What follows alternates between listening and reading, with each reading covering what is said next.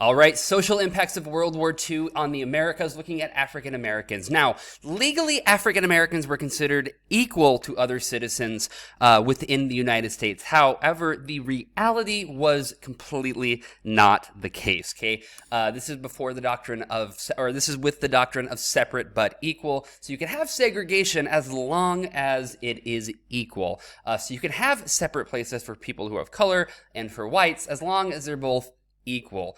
So legally, African Americans were considered equal in the United States. However, the reality was far from that. Okay, people of color were treated completely different than whites. African Americans particularly were treated different than whites. Segregation is prevalent throughout the United States. Although it was separate but equal, in reality it was separate and unequal. The Red Cross, for example, is going to separate blood donations based upon your color. So if you are a white person, you're only going to get blood from a white person. If you're a person of color, you're going to get blood from a person of color. Now we understand that this is totally pointless. If you're dying, it doesn't matter if that blood's coming from a person of color or from a white person. That blood's going to save your life. However, the Red Cross was going to be separating blood donations at this time. Black political leaders saw military service as a way of bringing about equal rights.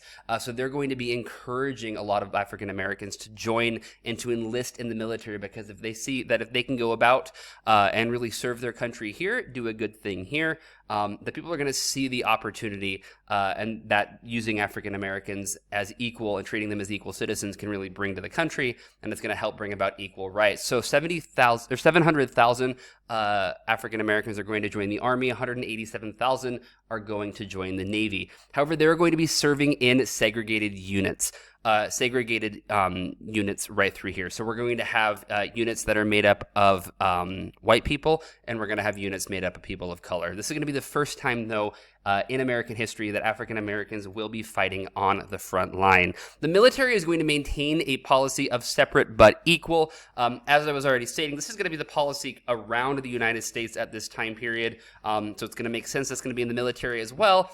Reality, it is not the case. Okay, it's going to be separate but unequal. However, officially, it's separate but equal. White citizens in the South are going to be assaulting black soldiers on a regular basis, and no repercussions are being held towards them. Okay, compared to a white citizen assaulting a white soldier in the South, that's going to be very problematic. There's going to be repercussions on that citizen. That simply was not the case if they assaulted a black soldier. It seemed in many cases that Italian and German prisoners of war were treated better than black soldiers. Okay, so former Nazi soldiers and fascist Italian soldiers are going to be treated better in their prison camps as POWs than many black soldiers are going to be treated as a part of the full-fledged member of the American military. Now, we're going to get the Tuskegee Airmen. The Tuskegee Airmen was a organization and a group established by the United States Department of War, which they gave funds in order to train black pilots. Now, they deliberately designed this program to be a failure. They thought that if they can do this, it's going to shut up people who are arguing that we should have fully integrated racial integration within the military. We'll just set up this program.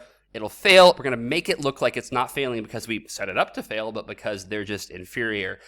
So there's going to be a large number of civilian pilots who are going to sign up, black civilian pilots who are going to sign up to join this program. A lot of them are going to come from Tuskegee University, hence the name, the Tuskegee Airmen. They're going to go and they're going to apply for the program. Now, most Americans at this time are skeptical of the intellectual ability of African Americans. They view African Americans as just not as intelligent as white people. So they're going to think they're not as intelligent, therefore they cannot serve as pilots.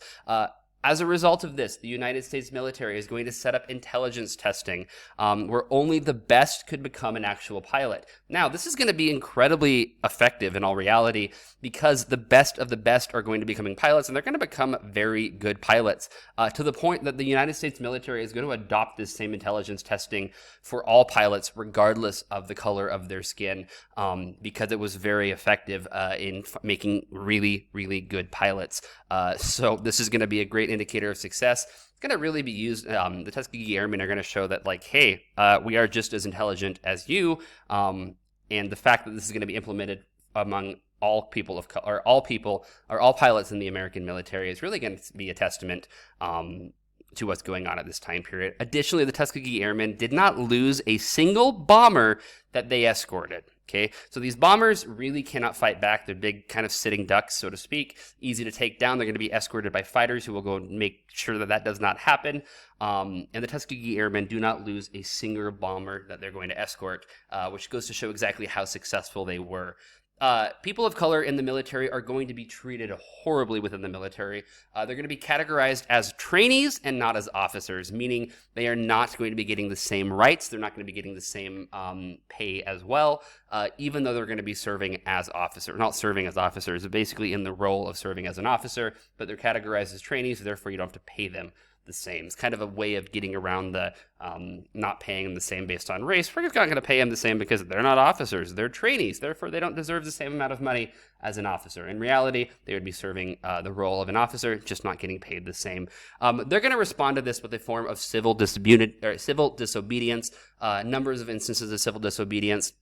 The most famous, though, being the Freedom Field Mutiny, where a number of African-American soldiers went into a whites-only officer club at a military base at the Freedom Field, and that did not go over well. They were arrested, court-martialed on minor crimes, and kicked out of the military. This is going to be very effective, though, in really raising awareness and leading the United States military to reevaluate its racial policies within the military, thinking that maybe we're not doing something right if this is happening.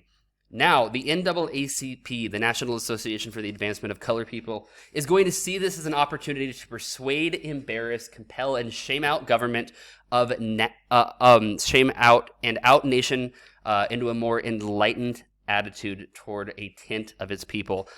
Basically, the NAACP is going to see this as an opportunity to embarrass the United States military on their racial policies. And let's just say, like, hey, they're doing this stupid thing. They're saying this is a case. Let's embarrass them. They think we're not intelligent to be pilots. Let's show them we're going to be the best pilots out there. They're going to see this as a double victory. Okay, and you're going to hear this double victory talked about a lot when you are looking at African Americans and the United States war effort. The goal is twofold for them. Number one, they want to beat the Axis. They want to beat Hitler because one of Hitler's whole policies is his belief of racial superiority. If you're a person of color and you're going to defeat the Nazis, you're kind of destroying that argument as well. Also, Hitler's kind of a jerk, so let's beat him up on there. And number two, this is a way to earn rights at home and show people back in the United States that you deserve to be treated the exact same as people who are white, that you do not deserve to be treated any differently because of the color of your skin.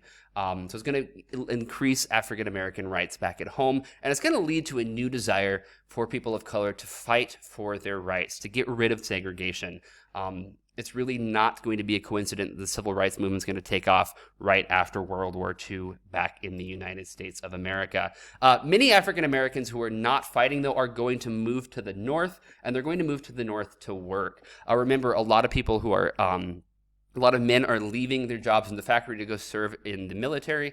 This is going to be leaving those jobs open. Women are going to step up to serve in these roles as well, but people of color are also going to be serving in these roles. The vast majority of industry in the United States is going to be in the north, which is the reason they're going to be moving up to the north. We're going to get Executive Order 8802, which is going to state that employees of the defense industry that are going to accept government contracts had to make jobs available for people without discrimination. So if you're going to be accepting government contracts and you're working for the defense industry, which basically everything is at this point because the United States is in a state of total war, you better be making those jobs available to people of color without discrimination. If you're doing it with discrimination, you are not going to be you're not going to be getting any funds from the United States government. You're not going to get any contracts from the U.S. government. You're going to ultimately go out of business at this time. Now, this is going to have twofold support and twofold kind of ramifications for Roosevelt. Number one, this is the right thing to do, obviously, to not discriminate against people based upon the color of their skin.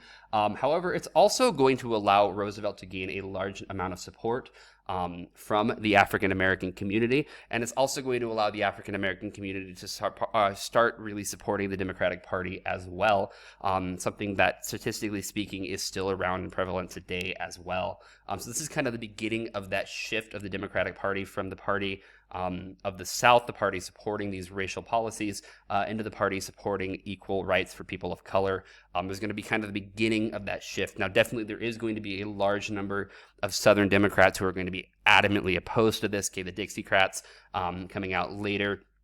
But realize this is kind of the beginning of that shift, the political shift, so to speak, of people of color from Republican towards Democrat. Now, Jim Crow laws are going to be prevalent in the South. Okay, these racial segregation laws, it's that legal segregation. We're going to get the issue in Detroit on June 20th and June 21st of 1943. Detroit is going to have racially segregated neighborhoods, so this area is for people of color. This area is going to be for people who are white. The factories are going to need to hire hire more people. They're going to go and have a large number of people in this small area. They're going to pack them in. Okay, they need their workers coming in. They can't segregate their workers, but they can choose where their workers are living. So they're going to pack all these people of color into these tiny little neighborhoods. Okay, it's going to be incredibly overcrowded. This is going to be offending the longtime residents of that neighborhood. They're like, don't pack people in here. This is not okay. It's going to lead to a riot, and ultimately 34 are going to be killed, 433 injured. Okay, so this is going to be kind of the beginning of these race riots happening right through here. The government is going to step in and not do a darn thing to prevent further violence. Little is done to protect the rights of African Americans as citizens. Leaders in the Black community are going to learn vital lessons from this about passive resistance and the ability of strength in numbers and the power of the working class. Okay, this is going to be the test run, the rough draft, so to speak, of the civil rights movement, which is really going to take off after the war. That is all for now. Questions, comments, put it down below. Otherwise, I shall see you later. Good luck.